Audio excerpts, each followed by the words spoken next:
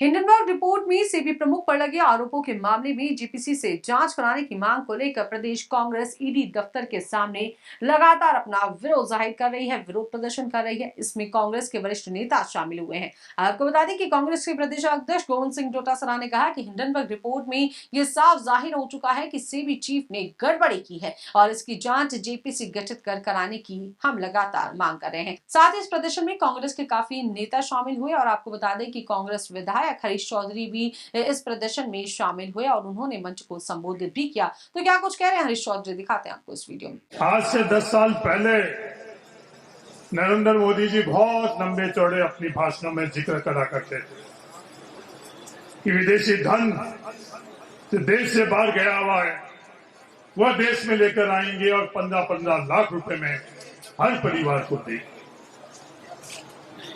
न खाएंगे न खाने देंगे।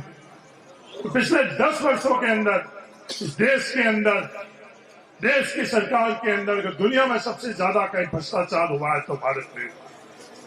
वो अलग बात है कि जिन संस्थाओं की जिम्मेवारी है इन भ्रष्टाचार जो हुआ है उसको उजागर कर उनके खिलाफ कार्रवाई करनी, वो संस्थाएं भी इसके अंदर लिप्त हो चुकी। देश में क्या हालात, हर क्षेत्र के अंदर एकाधिकार बनाने का प्रयास किया जा रहा है और सिर्फ 2 उद्योगपति जिनका नाम जब लेते हैं संसद के अंदर तो भारतीय जनता पार्टी के तमाम मंत्री और सांसदों को बहुत तकलीफ हुई और आसन से भी ये बोला जाता है पुराने कितने रिकॉर्ड इस संसद के अंदर कोई देखना चाहे तो देख ले।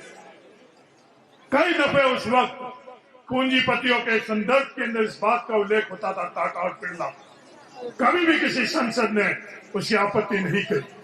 पर ये आपत्ति क्यों कर रहे हैं, इस बात को समझने की आवश्यकता है, क्योंकि ये इनके साथ में है, इनके जो कृत्य है ये छुपाना चाहते। हर क्षेत्र के अंदर आज कोयले में क्या हालात बना रखी है, कोयला आयात कौन कर रहा है, अडानी।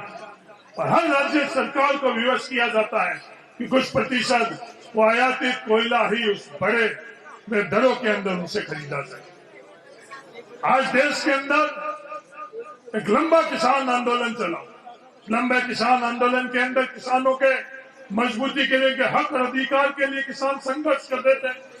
आज इस देश का दुर्भाग्य है कि इस देश के अंदर जो न्यूनतम गेहूं का अगर स्टॉक होना चाहिए वो 138 लाख टन होना चाहिए, वो आज के समय के अंदर सिर्फ 75 लाख टन रह गया। 16 वर्षों के अंदर देश के अंदर। और ये स्टॉक करना किससे करवा रहे हैं? नरेंद्र मोदी जी की सरकार अडानी को साइलोज देकर अडानी स्टॉक कर रहे हैं।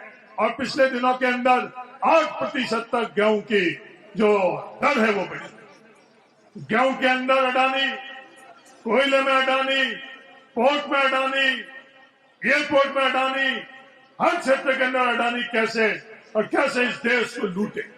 मैं लूटना इसलिए कह रहा हूं कि ये जो हम लोगों की पैसा है बैंक में जो डिपॉजिट हम लोग करते हैं, हम लोगों का पैसा सरकार, भारत सरकार, नरेंद्र मोदी जी की सरकार अडानी को देती है। उस अडानी को मोनोपोली करवाकर उस पैसे से दुरुपयोग करती है।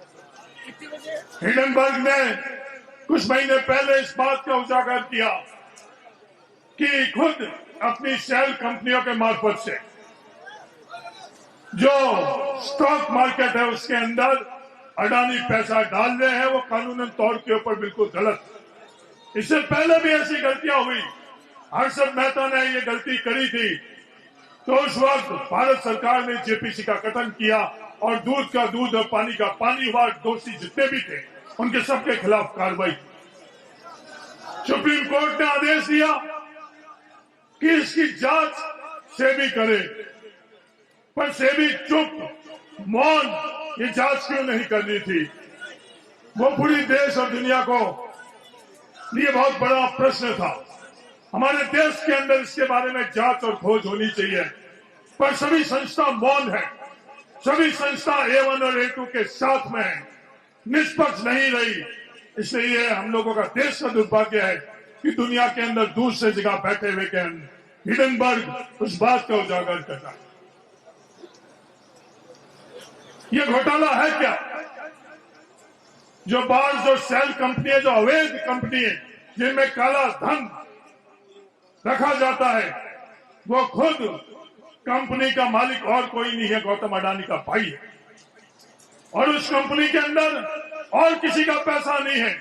सेबी के चेयरमैन का खुद का माधवी भुज और उसके पति का पैसा लगा हुआ है, और उसी पैसे से वो अडानी के स्टॉक, इस स्टॉक मार्केट के अंदर स्पेकुलेशन करते हैं। जो स्टॉक की कीमत होनी चाहिए उससे कई गुना ज्यादा वो स्टॉक की कीमत आगे बढ़ाई रहे हैं। और उसमें आखिर में नुकसान किसका होगा? उसमें आखिर नुकसान देश का होगा। उन तमाम जो स्टॉक मार्केट के अंदर जो खातेधारक है, उन सब लोगों का होगा। तो आज इस देश की अर्थव्यवस्था के खातिर आज वो बहुत बड़ा भ्रम फैला रहे हैं कि देश की आर्थिक ताकत को कमजोर करने के लिए ये विवाद किया जा रहा। नहीं, देश की आर्थिक ताकत को मजबूत करने के लिए, उस आधार को मजबूत करने के लिए, दूध का दूध, पानी का पानी करने के लिए जिसने भी गलत कृत्य किए हैं, चाहे आज सरकार खुद की मदद से किया हो, उनके खिलाफ अगर कोई से हम लोगों को न्याय मिल सकता है, देश को न्याय मिल सकता है, वो जेपीसी के माध्यम से न्याय मिल सकता है। और डरो मत, राहुल गांधी जी जो बात कर रहे हैं वो भारतीय जनता पार्टी की सरकार पर लागू हुई। 2G के संदर्भ में इसी तरह की मांग विपक्ष और देश के अंदर उठी तो उस समय की तत्कालीन सरकार मनमोहन सिंह जी ने वो केस दर्ज करा। उसके ऊपर सियासत भारतीय जनता पार्टी विपक्ष ने बहुत करी। फिर आखिर में क्या हुआ? किसी भी प्रकार का भ्रष्टाचार नहीं दिखा। और जब भ्रष्टाचार नहीं दिखा तो आज भारतीय जनता पार्टी और उनके सहयोगी दल इस 2G के संदर्भ में कुछ बात नहीं कर रहे। अगर कुछ गलती नहीं है तो डरो मत भारतीय जनता पार्टी, नरेंद्र मोदी जी। अगर गलती है तो इसको स्वीकार करो और दंड दो। भविष्य के अंदर इस देश की जनता की ताकत से जिसने भी देश की ताकत को, धन को, दौलत को लूटा है, उसके खिलाफ कार्रवाई होगी।